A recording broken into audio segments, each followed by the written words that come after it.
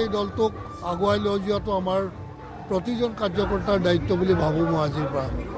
এই হিচাপে মই অসম জাতীয় পৰিষদক অসমৰ জনসাধাৰণৰ মাজত হৃদয়ত যাতে স্থান পায় তাৰ বাবে কাম কৰি যাম বুলি মই প্ৰতিজ্ঞাবদ্ধ।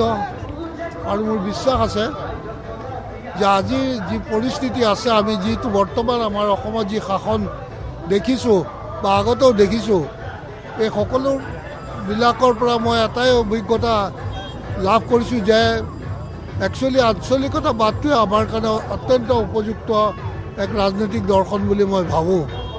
কিয়নো আমি ৰাষ্ট্ৰীয় দল কৰিবলৈ যাওঁতে যেতিয়া ৰাষ্ট্ৰীয় দল এখন চৰকাৰ হয় তেতিয়া দিল্লীয়ে ভাবে যে এইখন ৰাজ্য আমাৰ হৈ গ'ল, আৰু সেই হিচাপে তেওঁলোকৰ নিজৰ ইচ্ছা অনুযায়ী এই ৰাজ্যখনৰ পৰা তেওঁলোকে তেওঁলোকৰ সুবিধাখিনি আদায় কৰিবলৈ চেষ্টা কৰে, আৰু যাৰ ফলত আমাৰ স্থানীয় ল'ৰা ছোৱালী সকলোবিলাক বঞ্চিত হয়, নিজৰ প্ৰাপ্যৰ পৰা বঞ্চিত হয় আৰু নিজৰ ৰোজগাৰৰ পৰা বঞ্চিত হয়। গতিকে মই ভাবোঁ বা আজি আপোনালোকৰ মাধ্যমেৰে মই বিশেষকৈ অসমৰ নতুন প্ৰজন্মক আহ্বান জনাম যে এইখন অসম তেওঁলোকৰ অসম। গতিকে এইখন অসমত যি চৰকাৰ হ'ব সেইখন চৰকাৰ আঞ্চলিক চৰকাৰ হোৱাটো অত্যন্ত প্ৰয়োজন, যিহেতুকে তেওঁলোকৰ সেই অধিকাৰখিনি পাবলৈ হ'লে আঞ্চলিক দলৰ দ্বাৰাই তেওঁলোকে একমাত্ৰ পাবলৈ সক্ষম হ'ব।